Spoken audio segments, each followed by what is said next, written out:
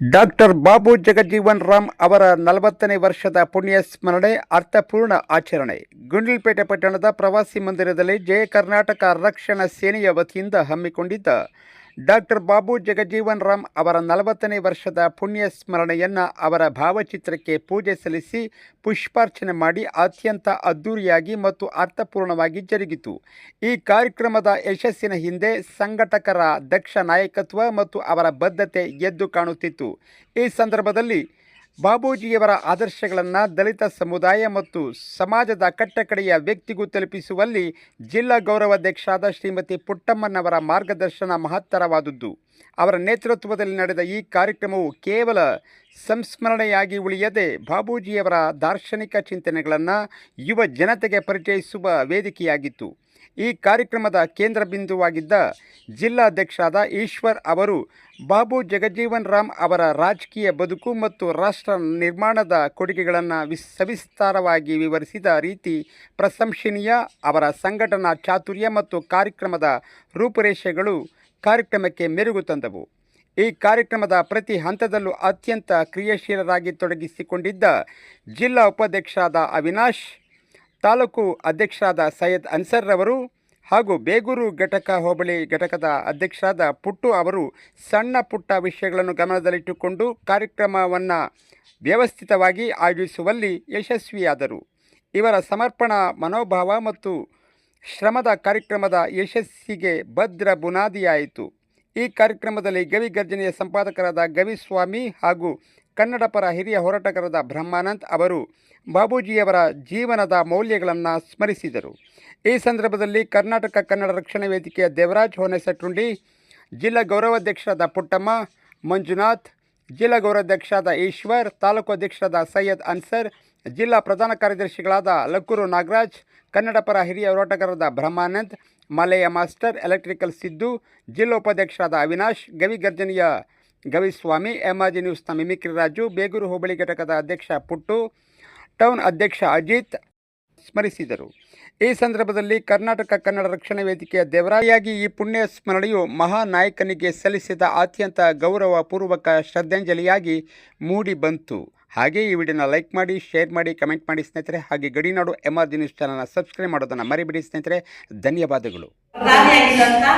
ನಮ್ಮ ಹರಿಕಾರ, ಹಸಿರು ಕ್ರಾಂತಿಯ ಹರಿಕಾರ ಬಾಬೂಜಿ ಎಂದೇ ಪ್ರಚಲಿತವಾಗಿದ್ದ ಬಾಬೂಜಿ ಅವರ ಪುಣ್ಯಸ್ಮರಣೆ ಕಾರ್ಯಕ್ರಮವನ್ನು ಮಾಡ್ತಾ ಇದ್ವಿ. ಆ ಹಿಂದುಳಿದ ಕಾಲದಲ್ಲಿ ಭಾರತ ಸ್ವತಂತ್ರ ಬಂದಂತ ಪ್ರಥಮ ಬಾರಿಗೆಯಲ್ಲಿ ಪರಿಶಿಷ್ಟ ಜನಾಂಗದಲ್ಲಿ ಬಿಹಾರದಲ್ಲಿ ಜನಿಸಿರುವಂತವರು ನಮ್ಮ ಜನಪರ ಕಾರ್ಯಕ್ರಮಗಳಲ್ಲಿ ರೈತ ಕಾರ್ಮಿಕರ ಸಚಿವರಾಗಿ ಕೇಂದ್ರ ಸಚಿವ ಸ್ಥಾನದಲ್ಲಿ 40 ವರ್ಷಗಳ ಸೇವೆಗಳನ್ನ ಅವರು ಸಲ್ಲಿಸ್ಕೊಂಡು ಬಂದಿದ್ದಾರೆ. ಪ್ರತಿಯೊಂದು ಕಾರ್ಮಿಕ ಇಲಾಖೆ, ರೈತ ವರ್ಗದ ಪರವಾಗಿ, ದಲಿತರ ಪರವಾಗಿ, ಅಸ್ಪೃಶ್ಯತರ ಪರವಾಗಿ, ಬಡವರ ಪರವಾಗಿ ಒಂದು ಧ್ವನಿ ಎತ್ತಿದೆ ಅಂತ ಹೇಳಿದ್ರೆ ಅದು ಬಾಬೂಜಿ ಅಂತ ಹೆಮ್ಮೆಯಿಂದ ಹೇಳಕ್ಕೆ ಇಷ್ಟಪಡ್ತೀನಿ. ಇವರ ಕಾಲಾವಧಿಯಲ್ಲಿ ಎಷ್ಟು ಮಾನ್ಯತೆ ಇತ್ತು ಅಂತಂದ್ರೆ, ಯಾವುದೇ ಒಂದು ಸರಿಸಮಾನ, ಅಂಬೇಡ್ಕರ್ ಸರ್ ಅವರಿಗೆ ಸರಿಸಮಾನವಾಗಿ ಸಂವಿಧಾನ ಮಾಡುವಂತ ಕಾರ್ಯಕ್ರಮದಲ್ಲಿ ಇವರು ಕೂಡ ತಮ್ಮ ಕೊಡುಗೆಯನ್ನ ನೀಡಿದ್ದಾರೆ. ಸಮಾನತೆಯ ಬಗ್ಗೆ, ಮಹಿಳೆಯರ ಬಗ್ಗೆ, ಅಸ್ಪೃಶ್ಯತೆ ನಿವಾರಣೆಯ ಬಗ್ಗೆ, ಮತ್ತೆ ಪ್ರತಿಯೊಬ್ಬ ವ್ಯವಸಾಯಕ್ಕೆ ಹೆಚ್ಚು ಒತ್ತನ್ನು ಕೊಟ್ಟಂತಹ ಮಹಾನ್ ವ್ಯಕ್ತಿ ಅಂತ ಹೆಮ್ಮೆಯಿಂದ ಹೇಳಕ್ಕೆ ಇಷ್ಟಪಡ್ತೇನೆ. ಇವತ್ತಿನ ದಿನ ನಮ್ಮ ಜಯ ಕರ್ನಾಟಕ ಸೇನೆಯ ವತಿಯಿಂದ ನಾವು ಅವರಿಗೆ ತಮ್ಮೆಲ್ಲರ ಸಮ್ಮುಖದಲ್ಲಿ ಶ್ರದ್ಧಾಂಜಲಿಯನ್ನ ಸಲ್ಲಿಸಿ ಅವರ ಆದೇಶಗಳು, ಅವರ ಆಶಯಗಳು ಏನಿತ್ತು ಅವರುಗಳಲ್ಲಿ ಕಿಂಚಿತ್ತಾದರೂ ನಾವು ಮುಂದಿನ ದಿನಗಳಲ್ಲಿ ಅಳವಡಿಸಿಕೊಂಡು ಸಮಾಜಕ್ಕೆ ಒಂದು ಕೊಡುಗೆಯಾಗಿ ನಾವು ಕೂಡ ಒಂದು ಆಸ್ತಿಯಾಗಿ ನಮ್ಮ ಜೀವನ ಸಾಗಿಸೋಣ ಅಂತ ಹೇಳ್ತಾ ನನ್ನ ಒಂದೆರಡು ಮಾತಾಡಲಿಕ್ಕೆ ಅವಕಾಶ ಕೊಟ್ಟಿದ್ದಕ್ಕೆ ತಮ್ಮೆಲ್ಲರಿಗೂ ಒಂದಿಸಿ ನನ್ನ ಮಾತು ಮುಗಿಸ್ತೇನೆ. ಇವರು ಸ್ವತಂತ್ರ ಹೋರಾಟಗಾರರು, ಸಾಮಾಜಿಕ ಸುಧಾರಕರು, ದಲಿತ ಹಿರಿಯ ನಾಯಕರು ಹಾಗೂ ಇವರು 5/2/1908 ಜನಿಸಿ ಹುಟ್ಟಿದ ಸ್ಥಳ ಇವತ್ತು ಚಾದ್ರ ಗ್ರಾಮ, ಬಿಹಾರದಲ್ಲಿ. ನಿಧಾನ ಇವರು 6 ಜುಲೈ 1986. ಇವರ ಹೆಸರು ಬಾಬೂಜಿ ಅಂತಾನೆ ಇವರು ಹೆಸರಿರ್ತಕ್ಕಂಥ ಇವರ ವ್ಯಕ್ತಿ. ಇವರು ಪ್ರಮುಖ ಹುದ್ದೆಗಳೇನಂದ್ರೆ, ಇವರು ಕಾರ್ಮಿಕ ಸಚಿವರು 1946 ಇವರು ಕಾರ್ಮಿಕ ಸಚಿವರಾದರು, ಆಹಾರ ಮತ್ತು ಕೃಷಿ ಸಚಿವರಾದರು 1946, ರಕ್ಷಣಾ ಸಚಿವರು 1970ರಿಂದ 1974, ಇವರು ಉಪ ಪ್ರಧಾನಮಂತ್ರಿಯಾಗಿ 1977ರಿಂದ 1980 ಜೋಡಣೆ ಇವರು ಉಪ ಪ್ರಧಾನಮಂತ್ರಿಯಾಗಿರೋರು. ಇವರು ಅಸಹಾಯ ಇವರು 30ಕ್ಕೂ ಹೆಚ್ಚು ವರ್ಷಗಳ ಕಾಲ ಲೋಕಸಭಾ ಸದಸ್ಯರಾಗಿರ್ತಕ್ಕಂಥ ಏಕೈಕ ವ್ಯಕ್ತಿ ಅಂದರೆ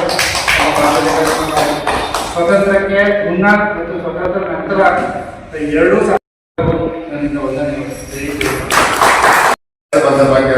ಆ ರೀತಿ ಆಗಿದೆ. ಯಾಕಂದ್ರೆ ಬಾಬು ಜಗಜೀವನ್ ರಾಮ್ ಇವರ ಬಗ್ಗೆ ಮಾತಾಡೋದು ಇದೆಯಲ್ಲ, ಅದು ತುಂಬಾ ಕಷ್ಟದ ಕೆಲಸ. ಯಾಕಂತಂದ್ರೆ ಒಬ್ಬ ಸಾಮಾನ್ಯ ವ್ಯಕ್ತಿಯ ಬಗ್ಗೆ ಮಾತಾಡೋದಾದ್ರೆ ಹೇಗೆ ಬೇಕಾದ್ರೂ ಮಾತಾಡ್ಬೋದು. ಒಬ್ಬ ಆದರ್ಶ ಪುರುಷ ಬಗ್ಗೆ ಮಾತಾಡೋದು ತುಂಬಾ ಕಷ್ಟದ ಕೆಲಸ. ಆದರೂ ನನಗೆ ಒಂದು ಅವಕಾಶ ಮಾಡಿಕೊಟ್ಟಿದ್ವಿ. ಬೆಳೆದವರು ನೊಂದವರು, ಜೊತೆಗೆ ಅವರು ಬೆಳೀತಾ ಉತ್ತಮ ಆದರ್ಶ ವಿದ್ಯಾರ್ಥಿಯಾಗಿ ಬೆಳೆದರು, ಉತ್ತಮ ವಿದ್ಯಾಭ್ಯಾಸವನ್ನು ಕೂಡ ಮಾಡಿದರು.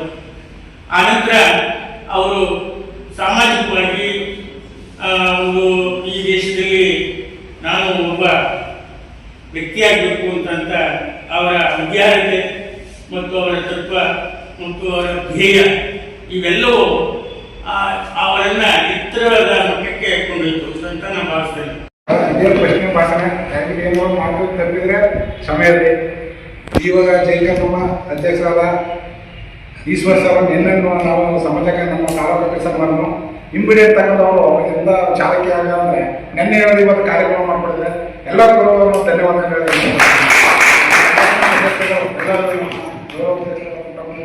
ಎಲ್ಲ ಮೇಲೆ ನಮ್ಮ ಬಾಬುಜಿಗಳ ಪುಣ್ಯ ಸ್ಮರಣೆಗಿನ ಇವತ್ತು ಒಬ್ಬರು ರಾಷ್ಟ್ರೀಯವನ್ನು ಆಯ್ತು ಅಂತ ನಾನು ಇಷ್ಟಪಡ್ತೀನಿ.